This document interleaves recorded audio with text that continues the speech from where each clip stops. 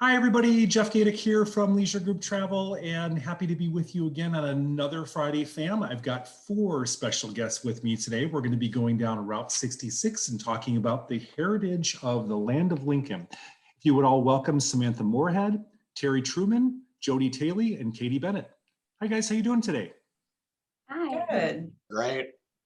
Awesome. Well, this is my first opportunity to talk with four. It seems like every week we keep expanding the roles of who we're going to have on Friday Fams. I think as we continue on through this, I may have a cast of 20 that we're working through, but this is going to be super exciting.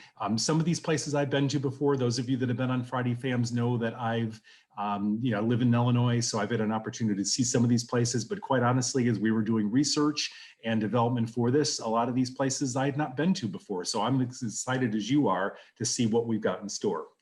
With that, let's go ahead and turn it over to the presentation portion and kick this off with Samantha. So first of all, kind of as we quick kick through, some people, if you're not from the Midwest or from the Illinois region, it may surprise you that Illinois is the start of Route 66. And one of the things that I tell people, our office is just outside of Chicago. We're southwest of the city. We're in Willowbrook, and that is kind of the start of the Route 66 route. I think Countryside is the official start of the area, but we've got a famous chicken restaurant that's located probably half a mile from our office that we'll frequent now and then. So kind of special from a historic standpoint. Route 66 begins right in the area where our office is located. And along with that, a very famous travel route was the route to California. And along the way, many quirky, fun, interesting historic attractions were developed starting right in Illinois. So we're going to explore a few of those today, as well as some of the history of the region associated with Abraham Lincoln and beyond that. So as we get into this section here, I wanted just to give everybody sort of a geography layout of what we're going to be talking about today. You can see, of course, in the upper right-hand corner of your screen, you've got Chicago, big metropolitan area. Many of you guys have been through or past there. If you go just down I-55, about 2 hours is the Twin Cities of Normal and Bloomington. That's what Samantha is going to be talking through. Roughly about an hour or so, I believe it is, Terry, down from Normal Bloomington is Springfield. So we're going to be going through some of the Lincoln and 66 attractions through there.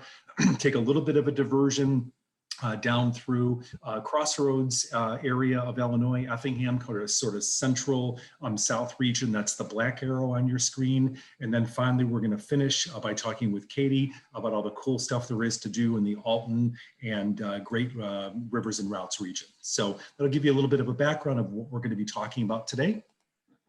So first up, Samantha. Samantha, let's talk a little bit about what you guys have got going on in Bloomington. I know there's a lot of really kind of fun food-based attractions there, some history as well. So give folks a little description of what we're seeing on the screen here.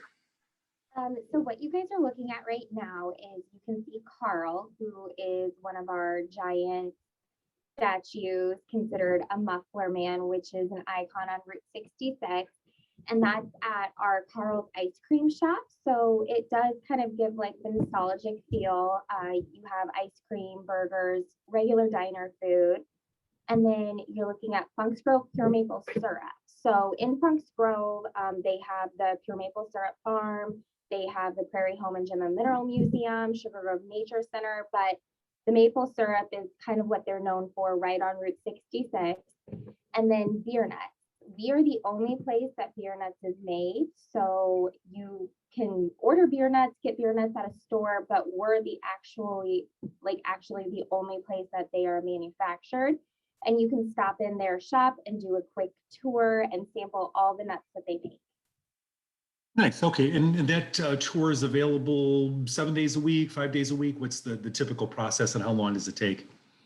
So for beer nuts tour, it would be a Monday through Friday business hours because it is located at their plant facility. So if you have a group of people, I would highly suggest reaching out to either my office to try to schedule a good time so they have somebody available to show you the video tour or to contact them directly.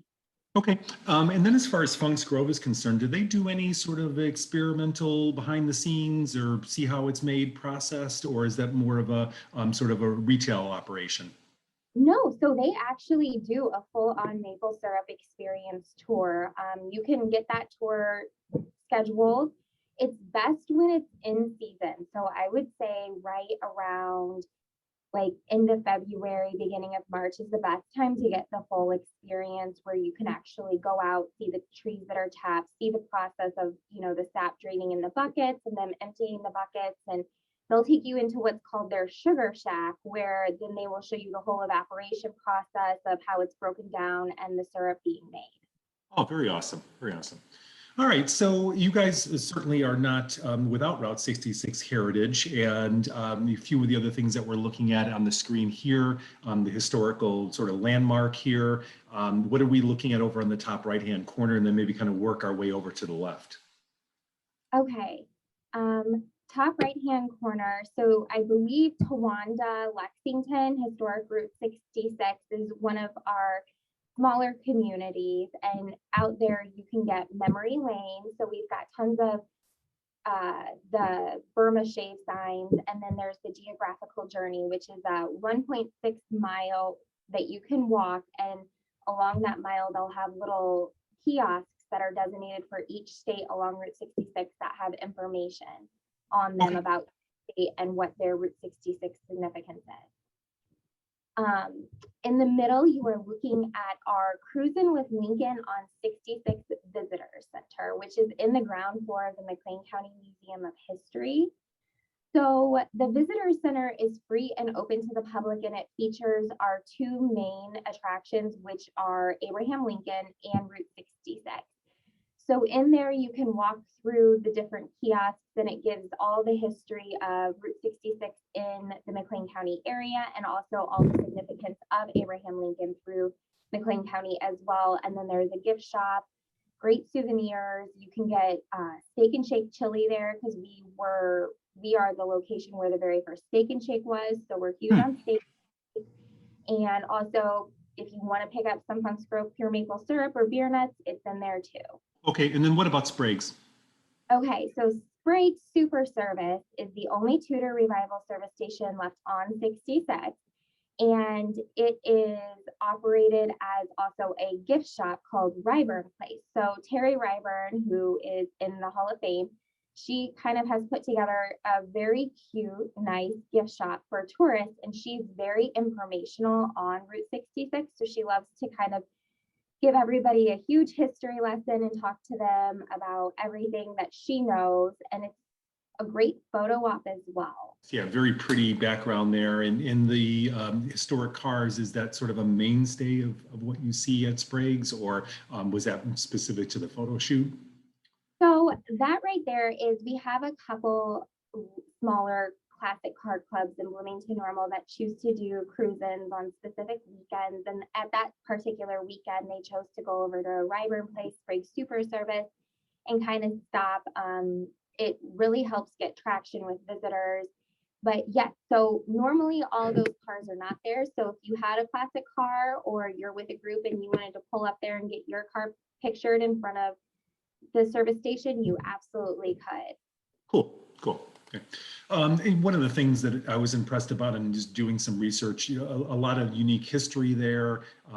You've got a museum up on the right-hand corner, historical houses and such. The McLean County Museum of History, it is on what we call our museum square. So it used to be the historic courthouse that we had, and now it's a museum.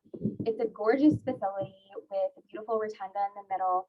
And you can walk through the museum and see the old courtroom. You can see tons of exhibits on Abraham Lincoln, and then also on heritage in McLean County. And really, I mean, it's just a huge walk-through time. And they do have some interactive exhibits for children as well. And then you have the David Davis Mansion. So Judge David Davis, which was a longtime friend of Abraham Lincoln, you can take a historical tour through his home. You can see the garden. There is a barn quilt on the outside of their barn where they kept the horses there. And it can be also used as a venue. So annually we host the Champagne British Car Festival there. And before you get to the mansion, there is a visitor center. So once you get to the visitor center, you'll have an interactive kiosk provided by our office that will kind of walk you through the different attractions there. And then there's usually a guide that will kind of inform you of everything you're about to see and walk you through the mansion. Some people may not know this, but Bloomington is the headquarters of State Farm Insurance, which I think they're the largest insurance company in North America. So do you see Jake from State Farm just roaming around the downtown area on a regular basis? Samantha, what's the exposure to him? So I've never seen Jake myself. We do have the historic State Farm building, which is in the Route 66 Hall of Fame, and it's in downtown Bloomington. But I believe it is no longer occupied by State Farm themselves. I know that they are kind of moved towards their corporate location, which is still here in Bloomington Normal. But yes, we do have that historic State Farm building in downtown Bloomington, and you will see lots of state farmers, walking the downtown area and stuff at all times. Yeah, that's a very impressive campus too. I haven't driven by there before. So thank you very much. Let's go ahead and move on, talk with Terry a little bit about what's going on in Springfield. First of all, Terry, that the brick road that we're looking at in the lower left-hand corner, what does that indicate? That's an original part of Route 66. So it's really more of a photo op, for the true historians, or a lot of times, we get a lot of European travelers that travel, as you mentioned, it starts in Chicago and goes all the way out to LA. So they want a true picture of what Route 66 was way back when. So yeah, that's the brick road there. Gotcha. And then lower right, I believe that's Lincoln's tomb. It is. And so you can kind of see where Lincoln's nose is supposed to be good luck. People will rub it for good luck. Did you have him masked through the better part of the pandemic, or he's been unmasked? We didn't have him masked. We certainly had our logo masked. So tons of Lincoln history galore. Talk about just some of the activities and attractions that you guys have down in the region. Wow. So there is so much. So just in looking at these pictures, so you're looking, top left would be inside the old state capitol. That's actually where Lincoln gave his House Divided speech. On the outside of that, the steps, there's also some more recent history where President Obama announced his run for the White House. Then if you go to the middle there, that's New Salem, which is a recreated log cabin community where Lincoln spent some time as I would say, young adult, and he ran various businesses immediately before coming to Springfield. And then to the right there is another shot of Lincoln's tomb. That's actually the portion of where his burial is, and also he's got several family members. Mary Todd and a couple of his sons are also buried out there at Lincoln's tomb. One thing that's cool too, and I'll just kind of mention that as I know we're going to talk about the Presidential Museum in a second too. The Presidential Museum has these tour enhancements, and one of them that they do is called Stealing Lincoln's Body, because there's a lot of different stories about raiders of not this specific tomb, but tales where criminals were trying to steal his body and hold it for ransom and things like that. So those are things we can also incorporate in a tour. Okay. The center picture, I don't think does a lot of justice to New Salem. You can see that, they've got the historic building there, but that's, a really well-developed complex. Having been through there myself, it was quite impressive. Do they have interpretation there as well, sort of period costumes, or, what is the actual sort of the touring experience as groups go through? Yeah, so I mean, it's really a self-guided experience, but there are certainly presenters out there that are in period garb. One thing I would suggest, in the first weekend in October, they have a candlelight event where they have the fireplaces all going and people in period clothing.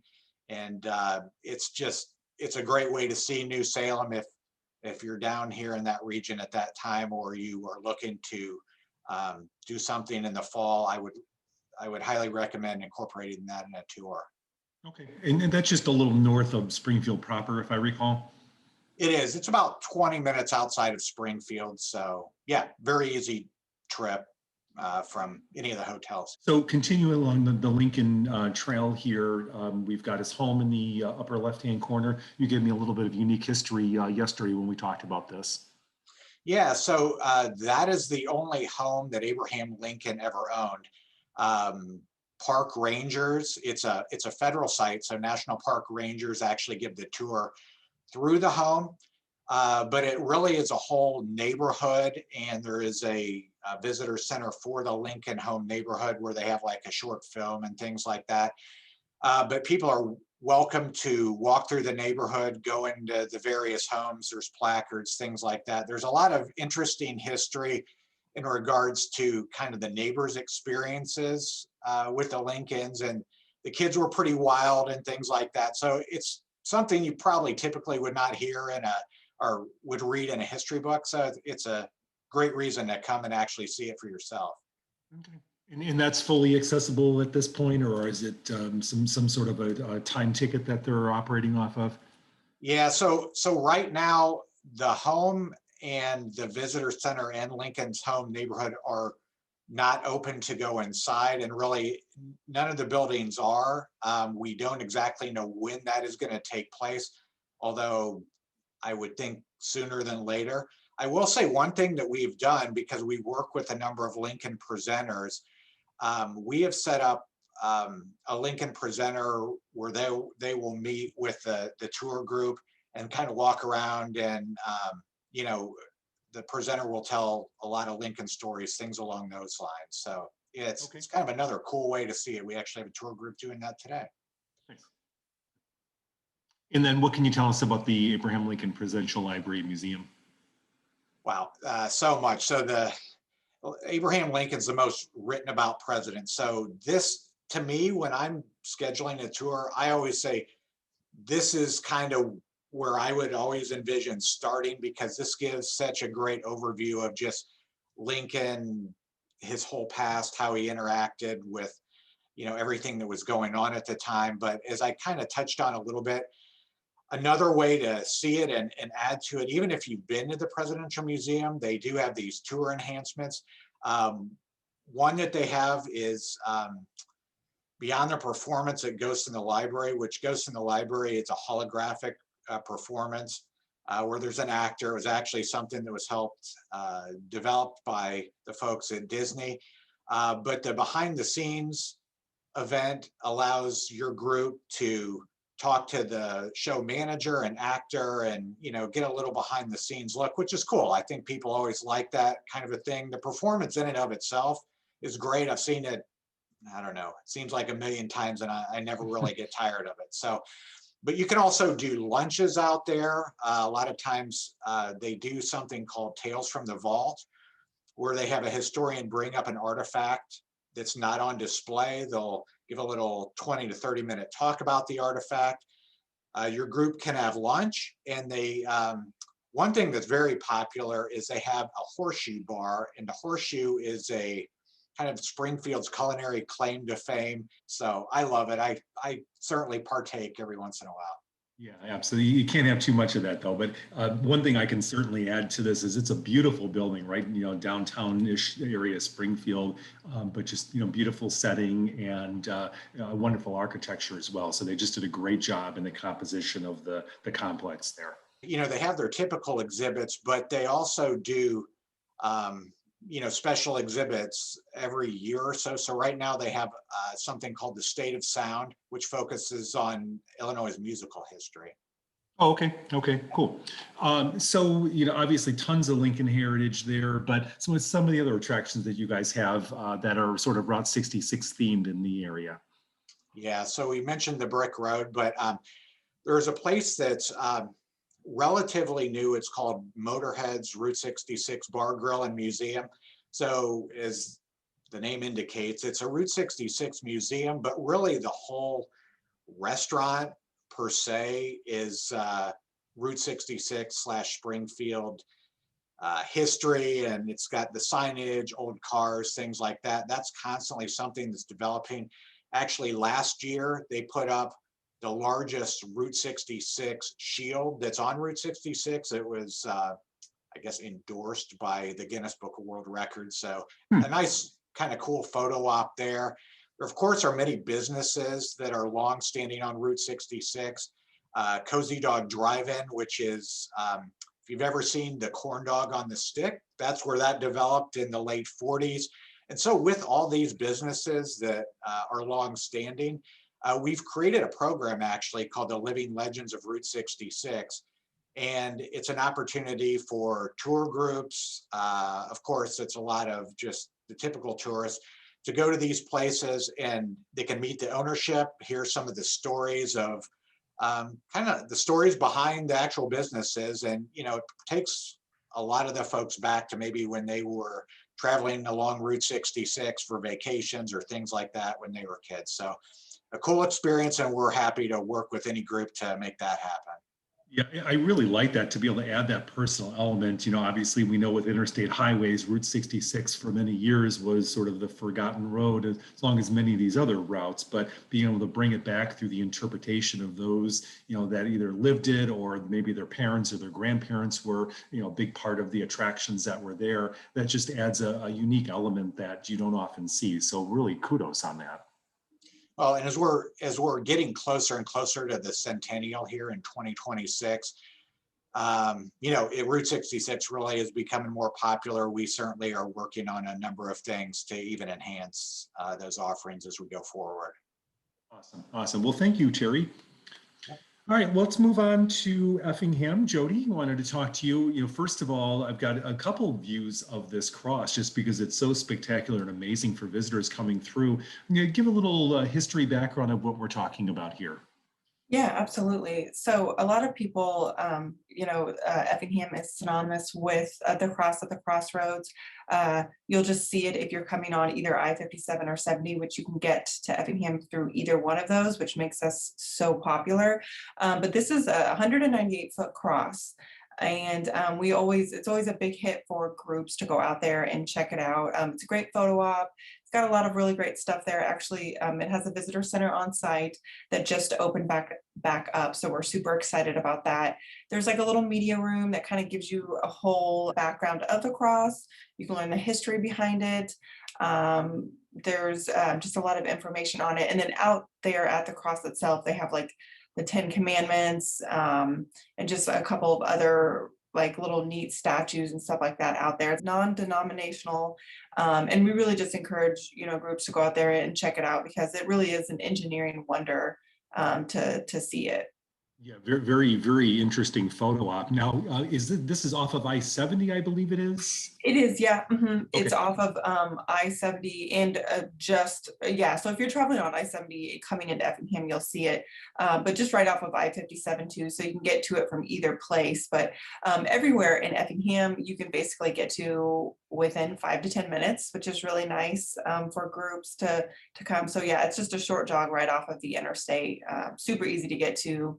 And yeah, it's just a really neat place to see. Well, and one of the things I like about the area as well is because there's sort of a confluence of transportation. There's a lot of hubs and warehousing there just because of your strategic location. Yeah. And that certainly plays in well with groups at the same time. Yeah, absolutely. Okay. All right. Well, lots to eat in Effingham. You guys have got some pretty cool, either historic restaurants or very popular with groups. Just on this conversation, walk through not only what we're seeing, but maybe some of your favorites in town.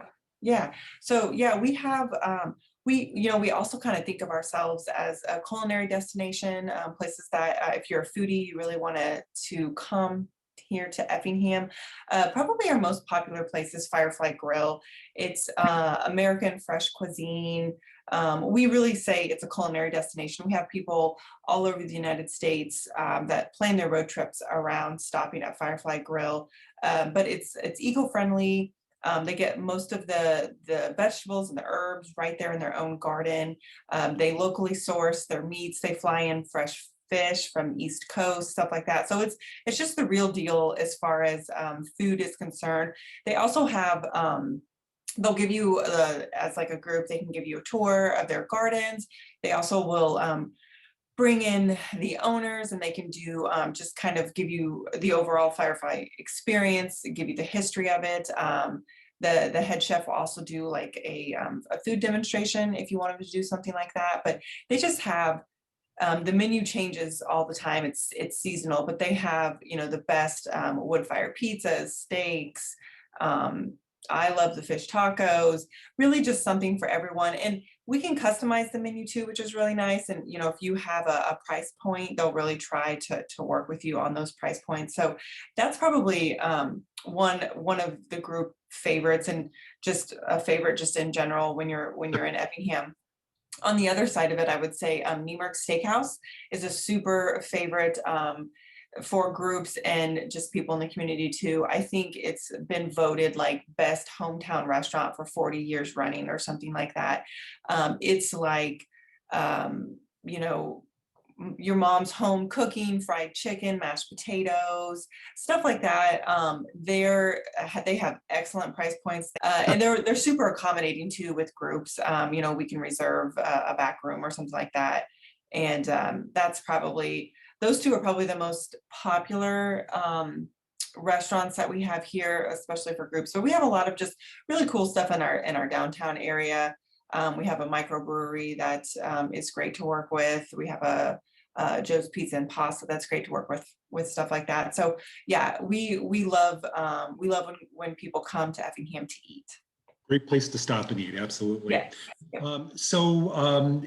This slide indicates your sort of indoor and outdoor fun. I thought this was sort of a good contrast of, you know, iconic attraction shopping opportunity as well as just beautiful outdoor venues. The left-hand photo is actually our John Bowes and Company Outlet Factory showroom.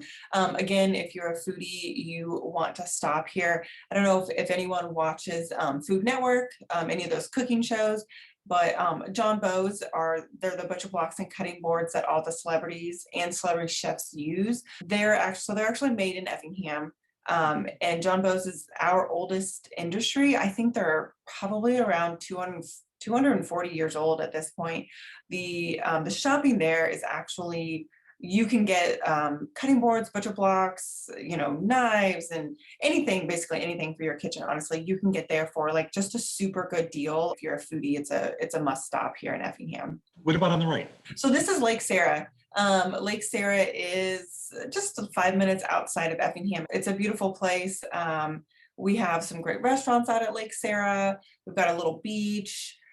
You know, you can rent boats and kayaks and paddle boards and things like that. So yeah, just a really cool place to just unwind and relax here in Effingham.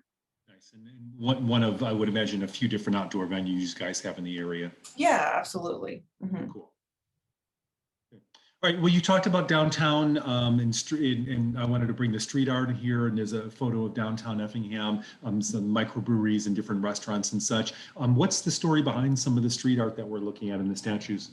Yeah, absolutely. So the one on the far left is actually our Flame of Hope, and it's the centerpiece in our Sculptures on the Avenues program. It's our annual art exhibition that we do throughout the downtown area. So the Flame of Hope is a piece that we had commissioned and that started the Sculptures on the Avenue program in, I believe, 1997. So I think we're on our 23rd year now.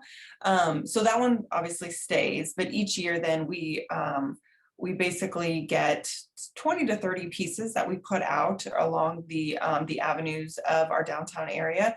And they're some of the Midwest's best known or unknown, you know, sculptures and artists and things like that. So we actually have a culture guide that goes with that. We have a walking tour that we'll do.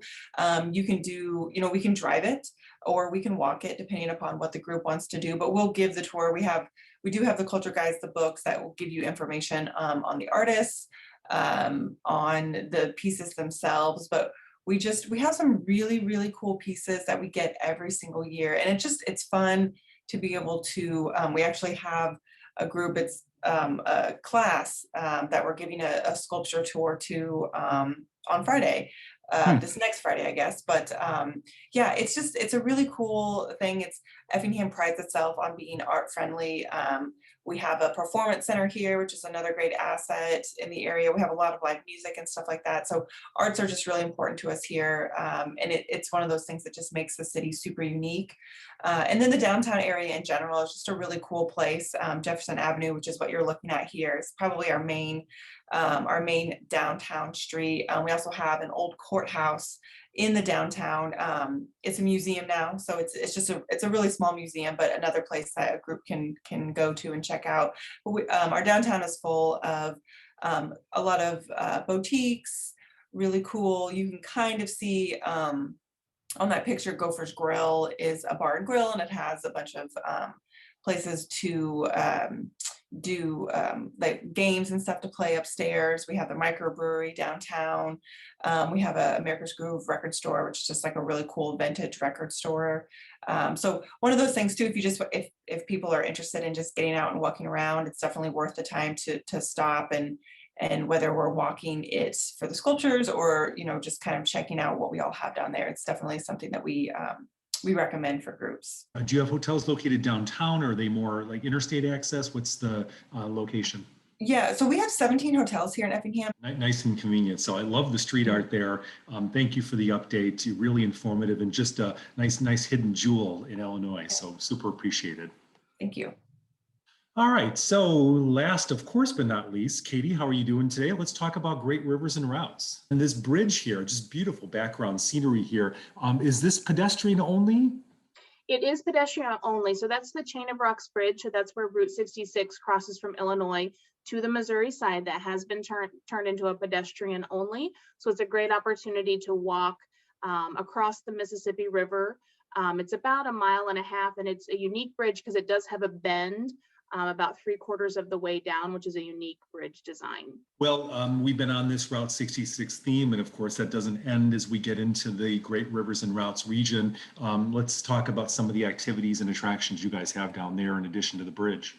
Yeah, absolutely. So we pick up about the last 60 miles of Route 66, like I said, before it crosses into Missouri. We pick up starting in Verdon, Illinois, where Doc's Soda Fountain is, and then end at the bridge. Along the way, you do hit, on the left there is Soulsby Service Station. So they maintain the very vintage feel pumps. It is a photo stop, and then there are some trinkets inside of the former gas station. The Litchfield Museum and Route 66 Welcome Center obviously is in Litchfield. They do maintain exhibits about the city's history with the Mother Road. And then right across the street from that is the Ariston Cafe, which is a classic Route 66 eatery, which I believe we address later. And then the Pink Elephant, as we also mentioned, that is in a former high school building in Livingston. So it's multi-level antique store inside. It also has an ice cream shop, a small little diner, and then they built about 2 years ago a new fudge shop and candy shop. And then all around the grounds, the owner has went and rescued former statues that used to live in Route 66, and he's moved them to this location so you can walk around and take photos with the statues. That's awesome, especially the use of an old high school building. You know, many times communities struggle with what to do with these buildings. So great use of that and the grounds around it. So super cool. So aside from Route 66 heritage, you guys have some very interesting ancient grounds and heritage through the area. Let's talk about what we're seeing here. Yeah, so actually located on Route 66 in Collinsville is Cahokia Mounds State Historic Site. It is a UNESCO World Heritage Site. It's home of the largest man-made mound north of Mexico. So Monk's Mound is what you are seeing on the left. There, way back, there used to be people they called the Mississippians, that they are still searching for answers on how this very large community formed and then how it fell back apart at some point. And so there is an interpretive center. It has a fantastic movie. They have exhibits, and then you can take the coach back across to the street to Monk's Mound. Those that would like to climb the stairs, it's about 280 stairs, or you could just take great photos from the parking lot and from the ground level of the mounds. How impressive to have a UNESCO World Heritage Site, not only in Illinois, but in your neck of the woods. I mean, it's really super impressive. Yeah. All right, so dinner and a show. Talked about some of the unique restaurants, some of the quirky attractions, and then entertainment. So what do we got here? Yeah, so in Collinsville, it's home of the world's largest ketchup bottle. That's obviously the photo that is on the left. It is a water tower that does hold the Guinness Book of World Records for the world's largest ketchup bottle. So it makes a very fun photo stop, selfie location. And then also in that same town is the Old Herald Brewery and Distillery. In 2019, a couple took over the old Collinsville Herald newspaper building and turned it into a full service restaurant, a brewery, and a distillery. So they distill gin, vodka, rum, tequila, and they give a wonderful distillery tour and a tasting that's kind of sensory based tasting. And then they have a beautiful private room where groups can do lunches and dinners. And then that photo right in the middle is in Edwardsville. It's about 10 minutes from Collinsville. That is the Wildy Theater that's in downtown Edwardsville. It used to be an opera house, and it has since been renovated. They kept it in business until the 80s, and then it kind of fell into disrepair. And then in the late 2000s, the city took it over, fully renovated it. They do fantastic live music shows. They do a Tuesday old movie night every week. And then the second and third levels have beautiful meeting facilities. So we do have groups that can tour the theater. They can do a meal or a special event in the theater as well. It sounds spectacular. I wish I could have shown a picture of the interior. I think the outside of it looks nice, but just probably doesn't do justice to some of the things that you see on the inside. Yeah. So, Katie, I know that you guys have a number of sort of locally owned restaurants, whether farm to table or just sort of local flair. Maybe just talk about a couple of your other favorites that you like to steer groups towards in the region. So our other group-friendly restaurants that we certainly recommend in Edwardsville, we have a fantastic Italian restaurant. It's called Bella Milano. Collinsville has Ravanelli's. They do the classic fried chicken lunches or dinners, and they also have a full menu. And then Doc Soda Fountain, which I mentioned earlier, is in Verdon. They do have a restaurant room that groups can rent out. So in addition to seeing the soda fountain, they can do lunch or dinner as they're driving along Route 66. So we like to direct groups to those restaurants as well. Awesome. So thank you, Katie. Anything else you want to convey on this? No, anytime we can help welcome a group to the area, I think the route that people can take along Route 66 and then kind of spin off into Effingham. We're happy to help put together itineraries. I know all of us work together really well, and we're ready to welcome your groups. As we put the contact information up on the screen, this might be a little bit small for people to see. So we'll also drop this in the chat as we go into the Q&A session. But, certainly wanted to thank all of you guys for your time today. And with that, let's go ahead and open this up for questions.